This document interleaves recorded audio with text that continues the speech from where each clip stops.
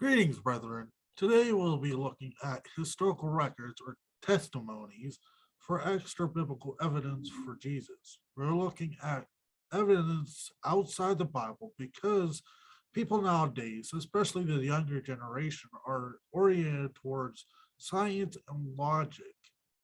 This is just how the younger generation is wired. They are taught to block out everything that isn't taught to them in school. They are taught what to think, but not how to think for themselves. Critical thinking skills are lacking. If it doesn't happen in the science lab or in nature, it's just not real. So we must sometimes change our approach of preaching the gospel to reach other people. So I'm not saying that preaching the gospel from the Bible of itself still doesn't work. It still does work. I mean, but it doesn't work for everyone because this world has become more secular. How can you convince someone that the Bible is true by using the Bible when they reject the Bible, when they see it just as some fairy tale? They reject every premise of the Bible in its entirety. So sometimes you have to switch up your approach. So we'll go through here. Look at historians back in the early days of Christianity of the church, the early century of the church, to see the records of testifying about Christians and Jesus Christ. First, we're looking at Flavius Josephus, or just people know him as Josephus for short. He lived from 37 AD to 100 AD. He was Jewish in ethnicity, but he was a Roman Jewish historian. Now, this comes from his work Antiquities of the Jews, Book 18, Chapter 5, and Paragraph 2. Now, this is about the John the Baptist. Now, it reads here, now some of the Jews thought that the destruction of the Herod's army came from God, and that very justly as a punishment of what he did against John, that he was called the Baptist, for Herod slew him, who was a good man. Herod, who feared the great influence John had over the people, might put into his power and inclination to raise a rebellion. Accordingly, he was sent a prisoner out of Herod's suspicious temper and to Macherus, the castle I before mentioned, and was put there to death. Now we go to another, the same writing of Josephus, Antiquities of Jews, but this is where he attests to, talks about Jesus and his crucifixion. So this comes from Antiquities of the Jews, Book 18, Chapter 3, Paragraph 3. About this time there lived Jesus, a wise man, if indeed one ought to call him a man, for he was one who would perform surprising deeds, that it was a teacher of such people accept the truth gladly. He won over many Jews and many of the Greeks. He was the Christ, and was upon the accusation of the principal men among us. Pilate had condemned him to a cross. Those who had first come to love him did not cease. He appeared to them, spending a third day restored to life.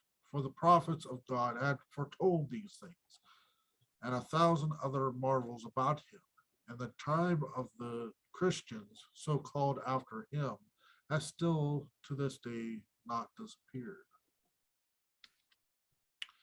Now this is Josephus writing about James, the brother of Jesus, Um, in the same work, Antiquity of the Jews, Book 20, Chapter 9, and Paragraph 1. Festus was now dead, and Albinus was upon the road. So he assembled the Sanhedrim of judges, brought before them the brother of Jesus, who was called Christ, whose name was James. So they're bringing, he writes that they're bringing the brother of Jesus, which was name was Jesus, his name was James, and some others for some of his companions. They brought to judge him, James and some of his companions. And when he was formed an accusation against the breakers of the law, he delivered them to be stoned. But as for those who seemed the most equitable of the citizens, such as were the most uneasy and breached of the laws, they disliked what was done. They also sent the king. They were also sent to the king, King Agrippa. Another historian called Cornelius Testasis, though from 56 AD to 120 AD. He was a Roman and Roman historian. He writes here, but all human efforts, all the lavish gifts of the emperor, and the propitiations of the gods do not banish the sinister belief that the conflagration was the result of an order. Consequently, to get rid of the report, they were fastened the guilt and inflict the most exquisite tortures on a class hated for their abominations called Christians by the populace. And this continues. Christos, from whom the name had its origin, suffered the extreme penalty during the reign of Tiberius at the hands of one of the procurators, Pontius Pilate. In a most mischievous superstition, this checked for the moment again broke out not only in Judea, the first source of the evil, but even in Rome, where all things hideous and shameful from every part of the world find their center and become popular. Accordingly, an arrest was first of all who pleaded guilty. Then, upon their information, an immense multitude was convicted, not so much of the crime of firing the city as hatred against mankind. It's come from the Annals. The Annals of Tacitus, Book 15, Chapter 44. Also, we have the Talmud, written between 280 to 500 AD, and this is the Jews who kept the records of such things, and they paint Jesus in a negative light. They were enemies of Jesus. So we're not going to only focus on the ones who speak kindly of him, but also enemies. On the eve of the Passover, Yeshua was hanged. For 40 days before the execution took place, a herald went forth and cried, "He is going forth to be stoned because he practiced sorcery and enticed Israel to apostasy. Anyone who can say anything in his favor, let him come forward and plead on his behalf." But since nothing was brought forward in his favor, he was hanged on the eve of the Passover. So let's stop there for a little bit. Jesus Christ was hanged on a cross, not just like hanged with a rope, but he was hanged on the tree or on the cross. So don't get confused here. I'll report it. Do you suppose that that one of whom a defense could be made, was he not a Messeth or a Ticer, concerning whom Scripture says, "Neither thou shalt spare, neither thou shalt conceal him"? With Yeshua, however, it was different, for he was connected with royalty. Also, we go to another historian called Pliny the Younger, lived from 61 AD to 113 AD, and he comes from Italy. He writes a letter to the Emperor Trajan. Meanwhile, in the case of those who were denounced to me as Christians, I have observed the following per, procedure. I interrogated these as to whether they were Christians. Who confessed, I interrogated a second time, and a third time, threatening them with punishment. For those who persisted, I ordered executed. For I have no doubt that whatsoever the nature of their creed, stubbornness, and inflexible abscesses surely deserved to be punished. There were others possessed of the same folly, but because they were Roman citizens, I signed an order for them to be transferred to Rome. Soon accusations spread, as usually happens because of the proceedings going on, and several incidents occurred. An anonymous document was published containing the names of many persons. Those who denied that they were or had been Christians when they invoked the gods and words dedicated by me, offered prayer with incense and wine to your image, which I had ordered to be brought for this purpose, together with statues of the gods, more of a cursed Christ, none of which those who were really Christians, it is said, can be forced to do. These I thought should be discharged. Um, Others named by the informer declared that they were Christians, but they denied it, asserting that they had been, but ceased to be, some 3 years before. However many years, some as much as 25 years, they all worshipped your image and statues and cursed Christ. They asserted, however, that the sum and substance of their fault and error had been that they were accustomed to meet on a fixed day before dawn and sing responsively a hymn to Christ as to a God, and to bind themselves by oath, not to some crime, but not to commit fraud, theft, or adultery, not to falsify their trust, nor to refuse to return a trust when called upon to do so. When this was over, it was their custom to depart and assemble again to partake of food, but ordinary innocent food. Even this they affirmed that they had ceased to do after my edict, which in accordance with your instructions I have forbidden political association. Accordingly, I judged it all the more necessary to find out what the truth was by torturing two female slaves who were called deaconesses. But I discovered nothing else but depraved excessive superstition. I therefore postponed the investigation and hastened to consult you, for the matter seemed to warrant consulting you, especially because the number I invoked for many of the persons of very age, rank, also of both sexes, were and will be in danger. For the contagion of this superstition was spread not only to the cities but to the villages and farms. But it seemed possible to check and cure it.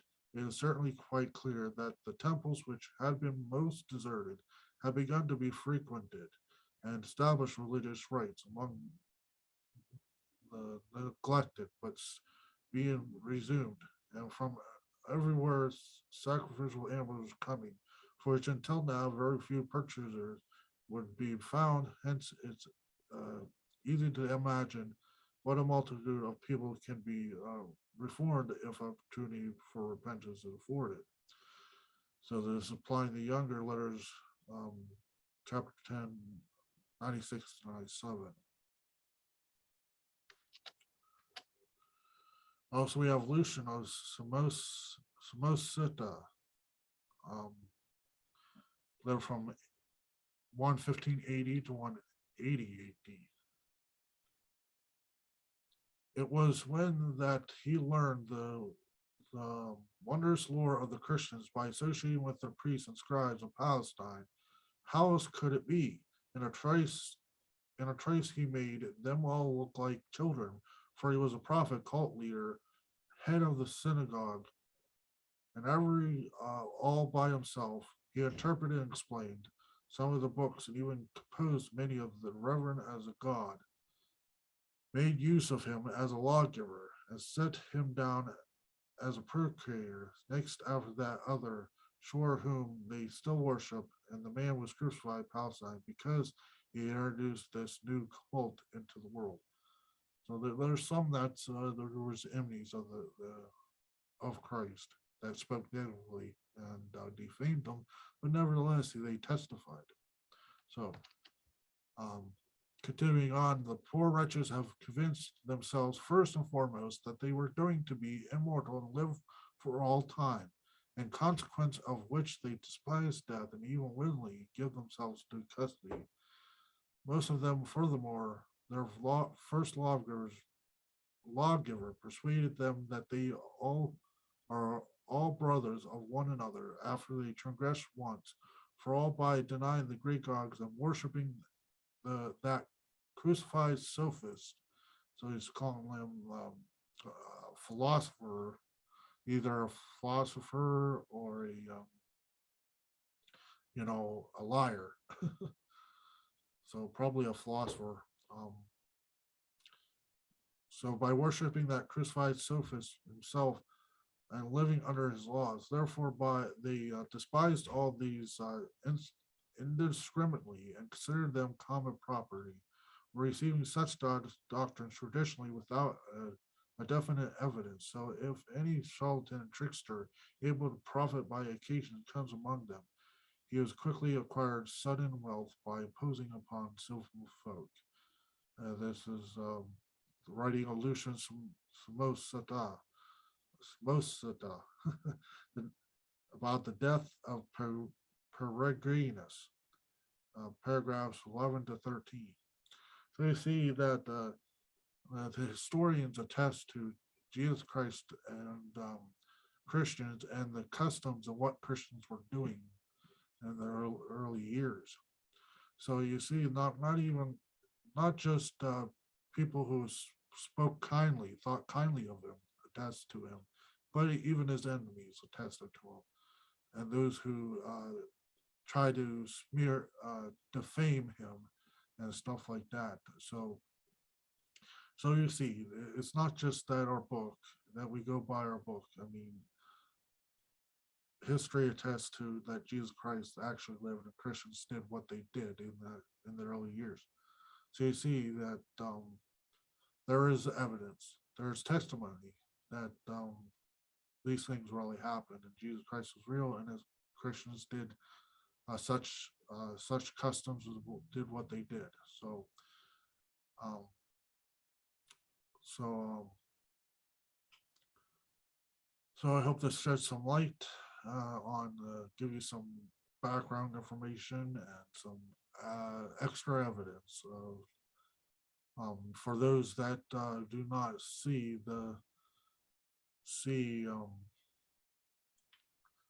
are not convinced by the Bible alone. So we'll see you next time. Thank you and take care.